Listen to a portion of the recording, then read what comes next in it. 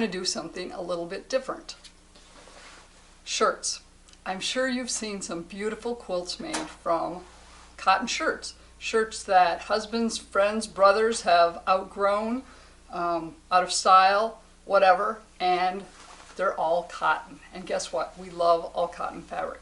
And so some of them are really beautiful. I love the ones made out of all sorts of plaid shirts. But you know what? Any kind works. I was lucky enough to have my brother clean out his closet and his son's closet, and instead of sending him over to Goodwill, I got him instead. So, in order to make them usable, you're going to need to cut them down. Because here's the deal. Remember, back in the day, women didn't go to quilt stores to get their fabric. Oh no, they used what they had on hand. So we're going to do the same. But it needs a little bit of work to be able to make this fabric usable. I have actually tubs of this stuff, and I'm thinking maybe if I took the time to cut them apart and get out the usable fabric, maybe it wouldn't take up so much room. Some people call this deboning. Whatever you want to refer to it as, I'm going to show you how to quickly and easily do it today. So here we go. We have a men's long sleeve shirt.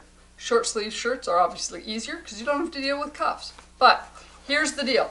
And you know what? You can decide how much of the fabric you want to keep. If you want to keep just the big large chunks, great. If you're a scrappy quilter and you want to get every last bit and piece out of it, you're going to be in luck, and I'm going to show you how to do that. So today, we're going to start with the collar. The collar has all this extra fabric here. So the key thing you need, don't try and do it with a rotary cutter. A good pair of cutting scissors does the job. So we're going to just cut inside the seam. The key thing to note here is basically all we're doing here is we're cutting away all of the double stitching, the top stitching, the getting rid of the buttons, all of that stuff that is double layers. And so if you look at a shirt, it should be pretty obvious, oh yeah, we want to trim off that, trim off that. So now that we got our collar off, oh look, we got a button. If you're a button saver, save the buttons. I have a whole jar of them. Never know when they're going to come in handy.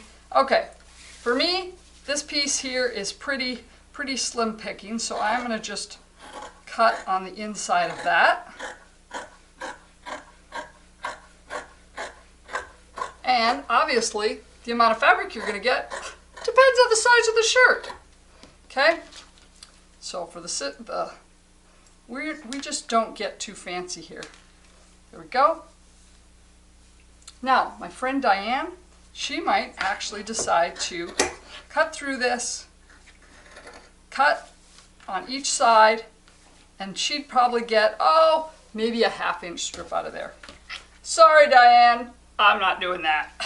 But our collar here, it gives us a little more weight. So we're going to cut off inside the top stitching. We're going to cut off that buttonhole. We're going to do the same over here. There we go. And the final top stitching.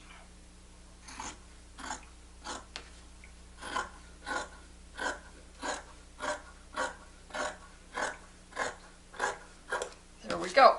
Okay? So now, if you're lucky, the interfacing on the inside of the collar is not stuck to one side of the fabric. So there we go. That's a pretty decent size cut. You know, what do we got here? Oh yeah. Yeah, that's 1.5 inches at least strip. And in this case, woohoo! Interfacing is not stuck to it, so we can throw it. So there we go. We have two pieces that are at least an 1.5 inches wide that you can use. Okay, next step, let's move on to the button placard. Okay, put that back there. Okay, so now we have the button placard. But guess what? That sucker should be pretty straight, so we're going to try something here. I just got it started there. Oh-ho! Oh-ho! Look there. It's gone. It has buttonholes in it. We're not going to deal with that. And up here, I have a little button down collar button. We're going to throw in my pile. Then we're going to go over here to the button side. And we're going to do the same thing. We're going to just, so your button side has generally, so you can see that here, has top stitching. And so on the other side, that's where you've got your top stitching too. So just cut on the inside of that. And this, because I haven't done the end, cut off. That I'm saving, and we'll take off the buttons later. Okay, and then we've got our little collar button. And if you want to be really careful with that and not cut a hole in your fabric like I'm going to do right now.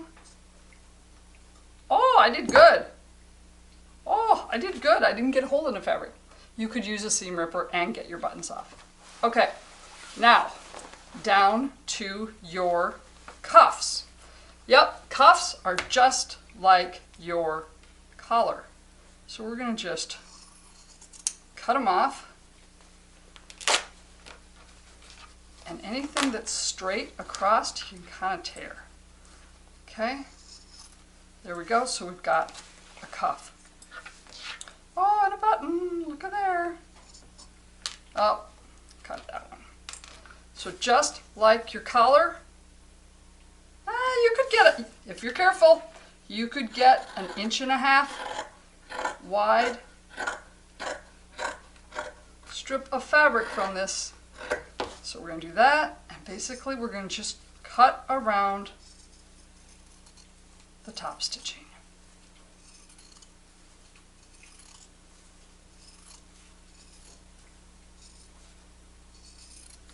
And I cut a hole in that, so we're going to do that. Okay, and now, oops, we got a buttonhole. Rid of the buttonhole. Just like your collar.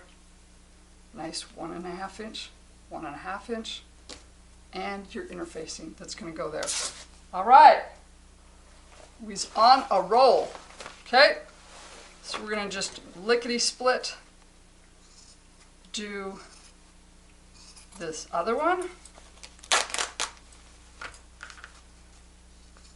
And you know what? I'm not going to go and do that again because you know how to do it now. Now, oh, this one has button placard. We're going to get buttons up the wazoo out of this shirt.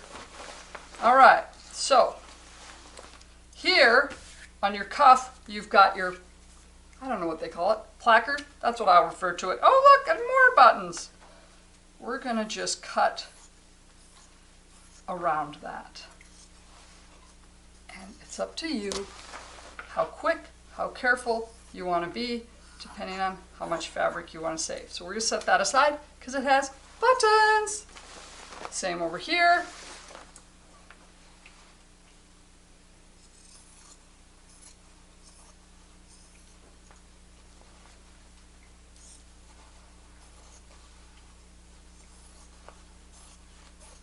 All right, save my buttons.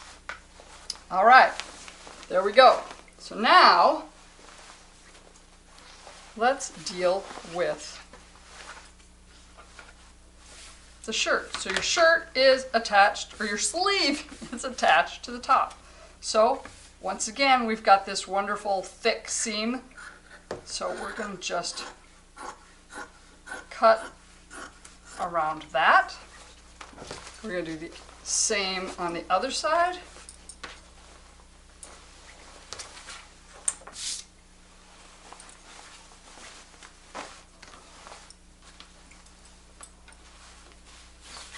Go.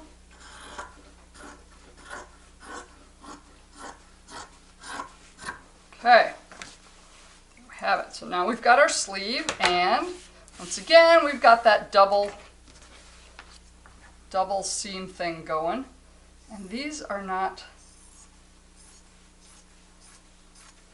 necessarily straight on the fabric grain, so we're going to just trim them, lickety split.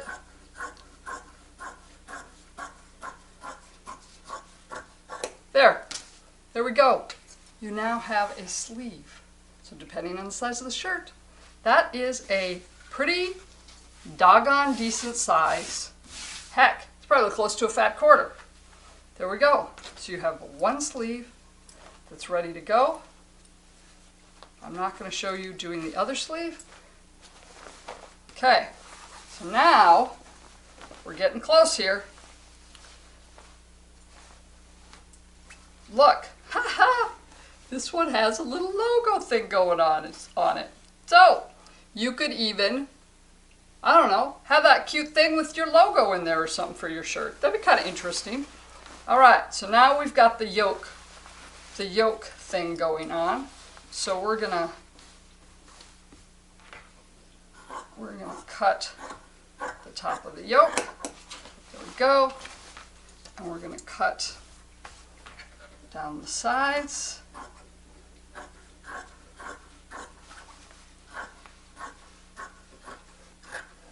There we go. And around the bottom. So the bottom, you can't exactly rip that because it's not straight. There we go. One side. Oh, we got one more piece. Around here, the sleeve was double sewn, so we're going to want to get rid of that.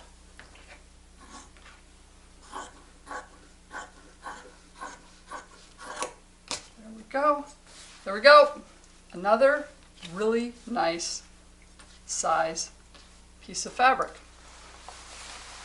So now we're going to do the same over here on the other side.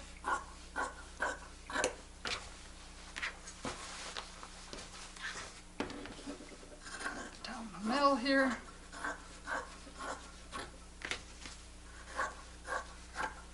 There we go. And I'm not going to do that one because you know how to do it. All right. So here we go. You trim along the bottom of your shirt.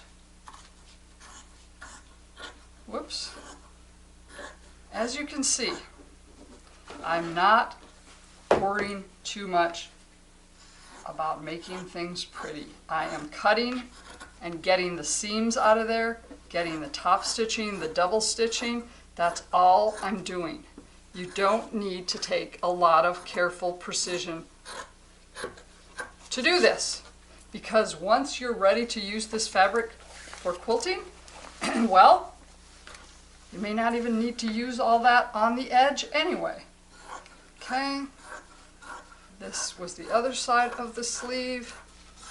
There we go. All right, we're getting close. All right, we're here.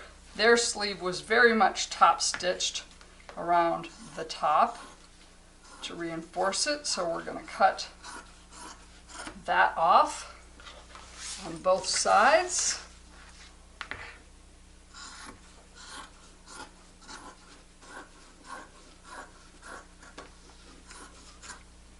There we go. And we're going to just do this since I'm right here. There we go. All right, all we have left is the collar, the back yoke. So we're going to cut right on the inside. There we go. And look at here. Look at that huge piece of fabric you have. That will, you're going to get a lot of quilt blocks and squares and whatever else you want to do with these. So, wow. Thinking about how many shirts I have in tubs, I think I'm going to have plenty of fabric. I better get to work getting these cut up and then piling them so I know what colors I have and what stripes, because you know what? They're good to use in anything. You don't have to go, oh yeah, I want to make a special quilt with all shirts. No, maybe you're doing a scrappy quilt. Go grab the shirt bin and see what you've got for fabric. All right, so here we go. We're going to cut along the edge of that. Oh, and you can see already, Oh, and this one doesn't even have interfacing in it at all. And this one, oh, this one's nice. It's only top stitched a little.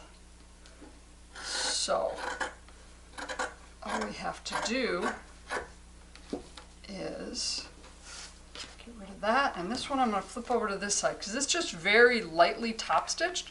So I don't need to hardly, in fact, what's the chance? Oh, well, not quite. Oh, there's a seam in the middle. That's why. But all I need to do is trim off a very, very little amount. And there we have it. This one has a seam in the middle. That's all right. Doesn't matter. I've got two really nice pieces. And then here we've got our lovely logo. And so we're going to just cut it out. There we go. More pieces. So there you have it. I mean, look at all of this. I threw some on the floor. This is a lot of fabric. And yeah, this is a lot of fabric that I am now going to be using.